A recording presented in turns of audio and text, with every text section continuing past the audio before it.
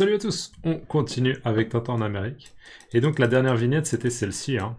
On avait Tintin dans la confusion la plus totale, et ils allaient bientôt arriver à la ville, d'accord, la ville où ces policiers travaillent, la ville où il y a eu le braquage de la banque. Et donc ça c'est la réaction au moment, visiblement, où Tintin et les deux policiers arrivent, et on a des habitants là, des habitants qui sont un peu des cow-boys, je vais le dire à la française, des cow-boys.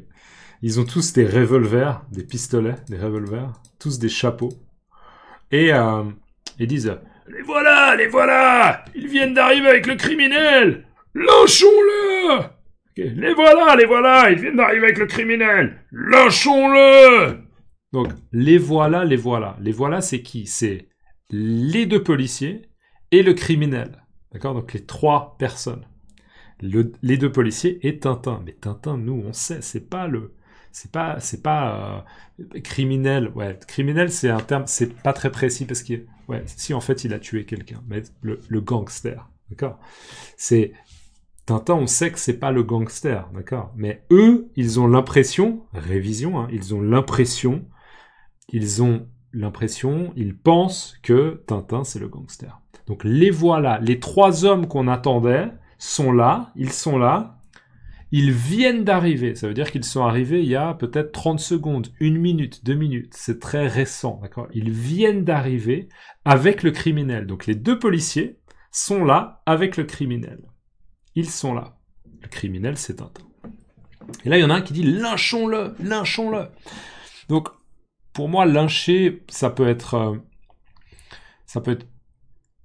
il y a plusieurs manières de lyncher, en fait. On pourrait tuer des personnes de manière différente, mais j'ai l'impression qu'à l'époque, c'était souvent en pendant quelqu'un, donc avec une corde, ok, en pendant quelqu'un. Voilà. Mais le lynchage, je peux vous trouver une définition. Ok, lyncher. Donc, lyncher, c'est exécuter ou violenter. Donc, exécuter, c'est tuer. Ou violenter quelqu'un sans jugement légal, souvent par une foule en colère. D'accord ? Il n'y a pas de procès, il n'y a pas de justice. D'accord ? On fait ça directement. C'est comme si, en fait, on prenait notre revanche sur une personne parce qu'elle a fait quelque chose de mal. D'accord ? Il n'y a pas de justice, il n'y a pas de jugement. Voilà, c'est comme une compensation directe pour le mal qu'une personne a causé. D'accord, elle a causé du tort, elle a fait quelque chose de mal, et on va prendre sa revanche. D'accord, un grand groupe de personnes va prendre sa revanche. Ils vont tuer cette personne parce qu'elle a fait quelque chose de mal. Donc lynchons-le, c'est simplement en gros le gangster. Allez, on le tue, on va le tuer. Parce que c'est un gangster et il a fait quelque chose de mal, il a fait quelque chose d'inacceptable. Et on voit là le résultat, regardez. Ils ont été tellement nombreux et ils sont allés vers Tintin et vers les deux policiers, et les policiers sont carrément tombés.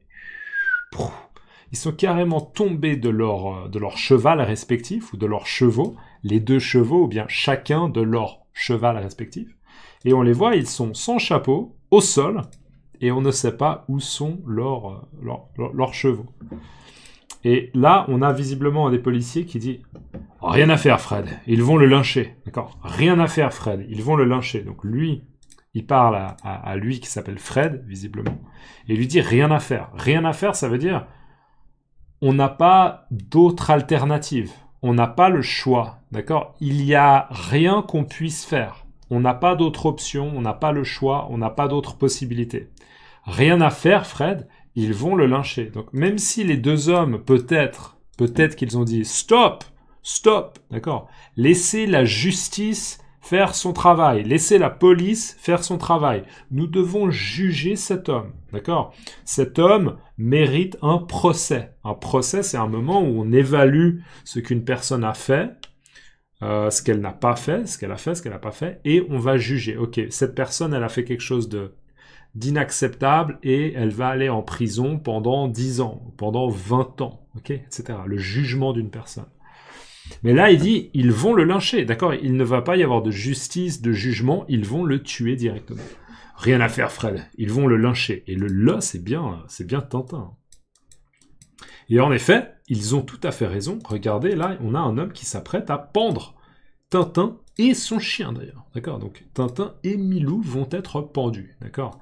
Donc là, typiquement, c'est un lynchage. D'accord? Le fait de lyncher quelqu'un en utilisant la technique de la pendaison. Donc, Tintin va être pendu. Et on voit Tintin qui est attaché. Il a les mains attachées dans le dos. Et il est en état de choc. Mon Dieu, je vais mourir. Fin de la page 35. Ois.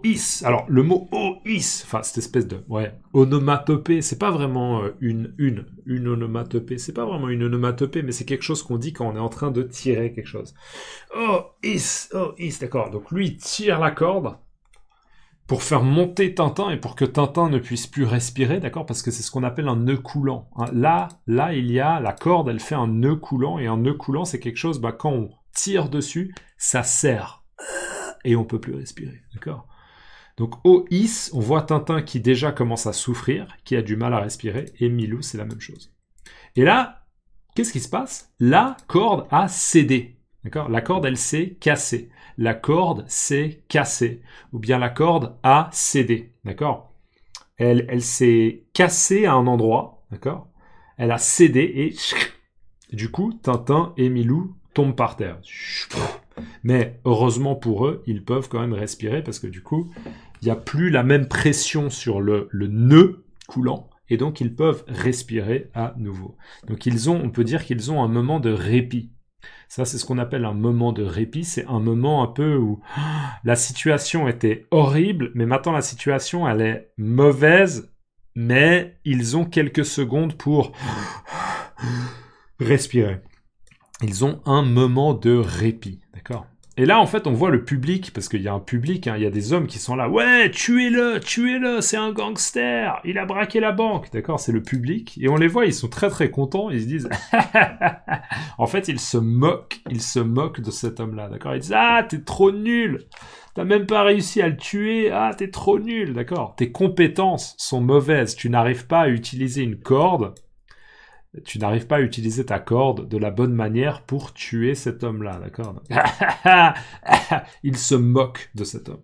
Et lui dit, riez, ça peut arriver à tout le monde, non? Riez, ouais, continuez à rigoler, d'accord? Continuez à faire, riez, ça peut arriver à tout le monde, non? Donc là, sa justification à lui, c'est bon, c'est juste un accident, la corde, elle a cédé, ça pourrait être vous dans cette situation, d'accord? Peut-être que lui, s'il avait essayé d'utiliser la corde de la même manière, il se serait produit la même chose. Peut-être qu'il serait arrivé la même chose. La corde aurait cédé, d'accord? Ça peut arriver à tout le monde. C'est pas parce que c'est lui en particulier, d'accord? Il a juste pas eu de chance. Riez, ça peut arriver à tout le monde, non? Et on voit qu'il continue à se moquer de lui. Et la vignette suivante, on a pendant ce temps. Et on a une porte avec marqué shérif. Donc au même moment, pendant ce temps, au même moment, on a un petit écriteau là qui dit shérif. Donc c'est visiblement le bureau d'un shérif. Et on a une radio visiblement qui dit voici les événements d'hier. D'après le professeur W.R. Law, directeur de l'Office des statistiques, 24 banques ont fermé leurs guichets, 24 banquiers ont été arrêtés, on a kidnappé 35 bébés. Alors, voici les événements de la journée d'hier. D'après le professeur W.R. Law, directeur de l'Office des statistiques, 24 banques ont fermé leurs guichets, 24 banquiers ont été arrêtés, on a kidnappé 35 bébés. Alors, honnêtement, je vais même pas m'aventurer là-dedans. S'aventurer dans quelque chose, ça veut dire que on commence quelque chose, on débute quelque chose, mais c'est quelque chose qui peut être un peu difficile. D'accord? S'aventurer dans, par exemple, imaginez apprendre le finlandais, d'accord? On a une langue en Finlande, ok? Finlande, la capitale de la Finlande, c'est Helsinki. D'accord? La Finlande, il y a une langue en Finlande et c'est le finnois. D'accord? La langue, le finnois. J'ai pas envie de m'aventurer dans l'apprentissage du finnois. D'accord? C'est une langue compliquée. Donc, s'aventurer dans, c'est commencer à faire quelque chose de difficile. Donc là, moi, ce que je dis, c'est que c'est difficile pour moi exactement d'expliquer ou d'interpréter ce qui est dit. Mais ce qui est dit, c'est voici les événements de la journée d'hier. Donc c'est un bulletin d'information. C'est les news, pour utiliser un anglicisme, les news, un bulletin d'information. Et c'est les événements de la journée d'hier. D'accord? Donc peut-être que c'est le matin.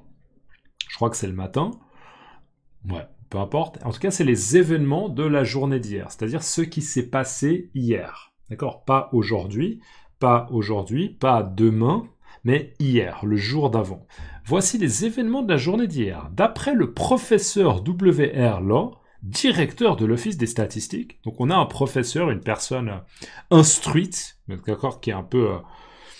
qui a une formation peut-être particulière, d'accord, quelqu'un qui est directeur visiblement de l'Office des statistiques. Je vous rappelle, les statistiques, c'est donner des informations souvent sous forme de pourcentage ou bien des nombres, des statistiques. Par exemple, je dis quelque chose de faux, hein, mais par exemple, en Suisse, 80% des gens parlent anglais. D'accord? C'est faux, hein, c'est pas du tout le cas, mais ce serait une statistique. 80% des gens parlent anglais en Suisse. C'est pas vrai, c'est faux, mais c'est un exemple d'une statistique. D'accord? Donc, directeur du bureau des statistiques ou de l'office de la statistique, des statistiques, et on a des informations, c'est que 24 banques ont fermé leurs guichets. Là, j'ai du mal à interpréter parce que ça peut avoir deux sens. Fermer le guichet, c'est l'endroit où on peut parler à une personne. Vous allez à la banque, vous dites bonjour, j'aimerais retirer 100 francs, d'accord, 10 fois 10, 100, j'aimerais retirer 100 francs, vous donnez votre carte ou votre carte d'identité et vous retirez l'argent. Ça se passe au guichet, d'accord, le guichet, c'est l'endroit où vous pouvez parler à quelqu'un. Donc 24 banques ont fermé, ils ont fermé leur guichet. Ça peut avoir deux sens pour moi. Ça veut dire que simplement, ils ont fermé parce que c'était la fin de la journée et donc le guichet a été fermé. Ou bien ça peut être parce que la banque a décidé de fermer de manière définitive. C'est une fermeture définitive. Je pense que ça peut vouloir dire un peu les deux choses. Et 24 banquiers ont été arrêtés. Ça veut dire que la police les a arrêtés. La police a dit « Vous avez fait quelque chose d'illégal, je vous arrête ». Donc là, on peut probablement faire l'hypothèse, mais encore une fois, je ne suis pas sûr que ces 24 banques qui ont fermé leur guichet, donc c'est une fermeture définitive parce que les 24 banquiers de ces banques étaient des gangsters en fait. D'accord? C'était des gangsters. Voilà, une hypothèse. Mais si vous avez une autre interprétation, n'hésitez pas dans les commentaires.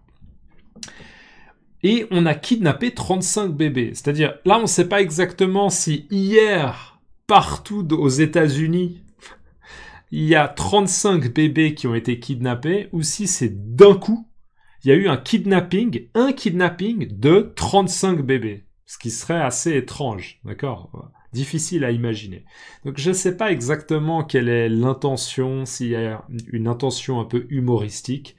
Encore une fois, c'est difficile pour moi de m'aventurer dans une interprétation qui est juste parce que je ne sais pas exactement. Donc, n'hésitez pas à partager votre interprétation de cette bulle-là dans la BD. Ok? Donc voilà, pendant ce temps, shérif. Voici les événements de la journée d'hier. D'après le professeur W.R. Law, directeur de l'Office des statistiques, 24 banques ont été fermées. 24 banques ont fermé leurs guichets, 24 banquiers ont été arrêtés, on a kidnappé 35 bébés. D'accord? Voilà, je vais m'arrêter là parce que ça fait beaucoup. Dites-moi comment on dit un guichet. Comment on dit un guichet? C'est quoi l'endroit dans une banque où vous pouvez parler à quelqu'un, peut-être pour signer un document ou pour faire une demande? L'endroit physique où vous pouvez parler à une personne. Comment on dit guichet? Mettez-moi guichet dans les commentaires et dites-moi comment on dit un guichet dans votre langue. Ok? N'oubliez pas de liker la vidéo si vous pouvez et n'hésitez pas à me soutenir. J'ai besoin de votre soutien. Vous avez des liens dans la description de la vidéo. À plus. Ciao.